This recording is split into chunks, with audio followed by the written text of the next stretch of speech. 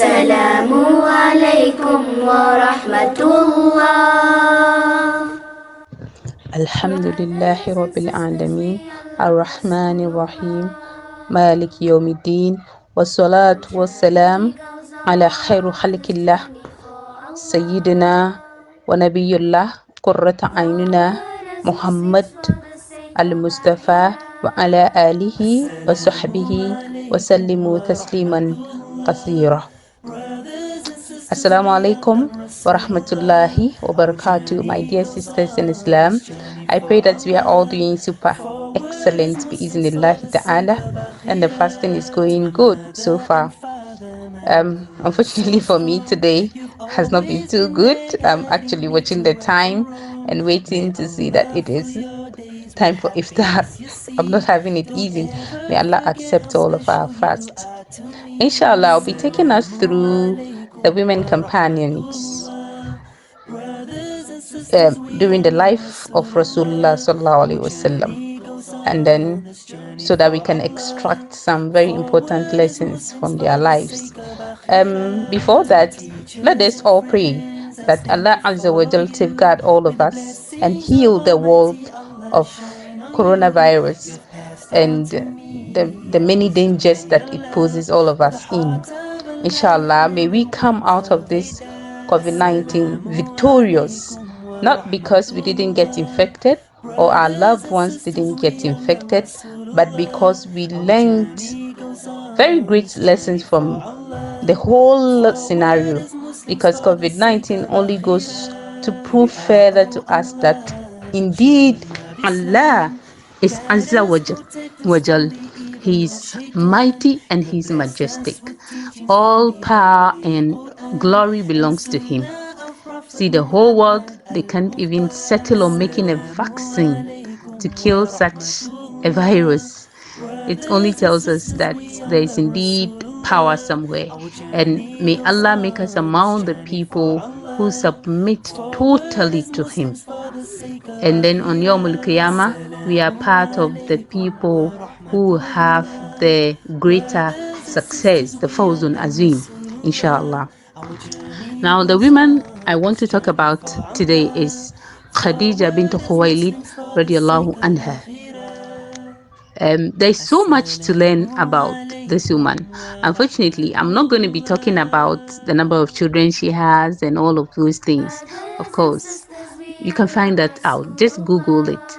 What I want us to look at is her life and the lessons that we should derive from it in these contemporary times. Recently, something is happening on Facebook. They call it, they are challenging Muslim women to propose to their crushes, those they crush on, as in those they are probably in love with, or those they would have liked to be with as husband and wife and all of that. Like they should initiate the proposal.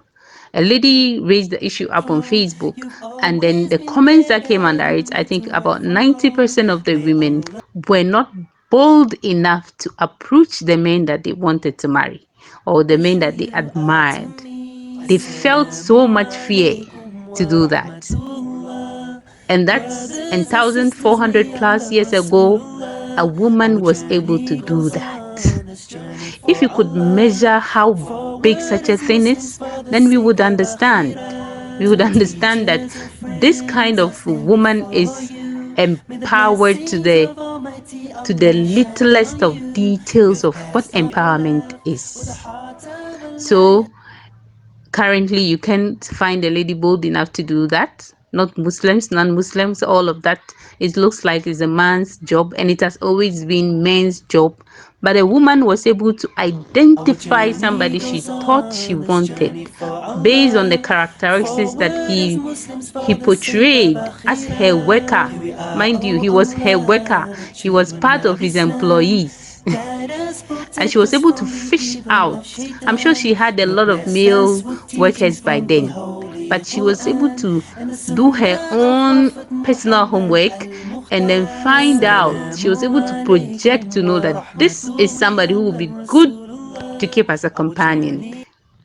And she didn't lug around. She went straight ahead for what she wanted solely because of how good he was.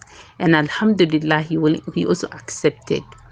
Now, the lesson we learn in this little acts, of course, that's how we see it until you are in her shoes. Like we see a lot of ladies on Facebook say shoots the shot, and some people cannot even dare do that. Now, we learn simply that as a Brothers and person, you sisters, should we be all love somebody who is daring. You should be Rasulullah. very daring in the Our right sense journey of the goes word on. daring. Khadijah had a lot of workers. She didn't just go to any man, maybe because he's so handsome or whatever, to go and tell him, oh, you are so handsome for me. I like you. You look so beautiful. No. She saw something in him, his trustworthiness. He was Al-Amin. His attitude, his mannerism, his character, everything added up, and she chose him. So if whether we are going to be chosen or we are going to choose, let us endeavor to look at critical details, not just in marriage, but even in everything that we do, in the kinds of job that we decide to do. Don't just do the work because there's money in it. If you follow money, you fall in a pit. You fall into situations that you feel very uncomfortable with, but you just have to make do. So everything that you do as a Muslimah, Khadijah bint Khuwaylid's attitude tells us that we should be daring in the right sense of the word. If you want it, go for it, but in the right sense of the word. Also, we see that Khadijah was financially independent. Financially independent. So much so that she even helped the deen with it. She helped Rasulullah to establish his deen with it. Because honestly, we cannot sit down and say, well, I want to live a life of asceticism. Of course, a life of asceticism, zuhud, is something that we all Brothers and have to sisters, we all love endeavor to live, not to live an Rasulullah. extravagant life. But Our if you're gonna make journey goes money, on, this we should journey want to make those goes money. We should want to make wealth forward so we as can Muslims for promote the something sake of positive, not so Akhirah. that we can lavish ourselves with it, not so that we can show off the best of clothing, cars, and all of that. No. Khadija bint Khuwaylid used her wealth to promote the deen, to make the deen completely beautiful. So it also goes to all of us in that manner. And then we see that she was a great support to her husband. She was a great support to her husband. When he went to the cave, Angel Jibril alayhi salam met with him. He got scared. He came to his wife, and she was the coolness of his eyes. That is why they say there is a prayer: may Allah make you coolness to the eyes of your husband or wife. It is not because of anything, but being a coolness to someone's eye is very, very important. Assalamu So, as I was alaikum saying, wa Khadija bint Khuwaylid was a coolness to the eyes of her husband, Brothers and sisters, we Rasulullah all love sallallahu alaihi wasallam. Another Rasulullah. thing about her was that Our journey goes she and the on, this husband had journey for a, let's say, Allah. ideal marriage. This was the ideal Forward as marriage. Muslims for the Like sake when we of are talking about perfect, Akhirah. a marriage that is perfect. That was Rasulullah and Khadijah.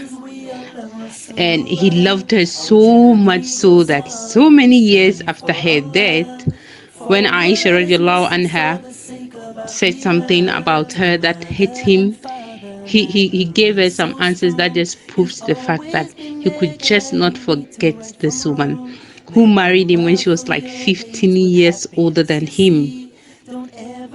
I'm just looking at us now, 15 years older woman coming to a younger man to come and seek for his hand in marriage. And then I don't know how it will look like, to the point that he worshipped the floor she walked on. Do you understand? And he was good to her family even after her death. He, even when he hears someone's voice and it sounds like Khadijah. He was all over, and they had very beautiful children to whom he loved truly. So there are a lot of other issues about Khadijah bint Khuwaylid in terms of her business. She was very successful, a very successful businesswoman. She worked very hard. She had employees who were going up and down for her, and from all indication, she didn't just choose anybody to work for her. She was critical about who works for her, and then she was married before, and she had a lot of proposals that she denied. She didn't accept because she had focus. And that is what we Muslim ladies should be looking at.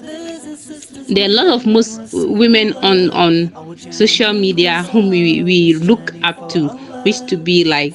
But then if you could screen the earlier women, we will realize that they portrayed a lot more, because they knew the Islam, they lived the Islam. Do you understand? A lot of women today, probably they are successful in business, but even with that business, you go and look at it and there are a lot of question marks. If you want to go and do their kind of jobs, you might not be able to. You might have to compromise your deen. Do you understand? So we should look at these women. There are a lot of feminists, the issue of feminism. If you look at people like Khadijah bint Khuwaylid, you realize that we don't talk feminism when they are there. There's no need for talk on feminism. They are very much empowered women before and after Islam. And they became more empowered even after Islam. So let's extract from them. This is a woman of focus, a woman who knows what she wants. Are we like that today? Are we women who know what we want, who have a vision, who look up to something, who believe in something, or who give our support to something that is positive? Are we like that? Or we are just waking up and sleeping, going to school, waking up and sleeping just to pass time, waiting to get married or marrying and having children, and not forecasting into the future like people like Khadijah bint Khuwaylid? So that is what I want us to ponder on in this Ramadan.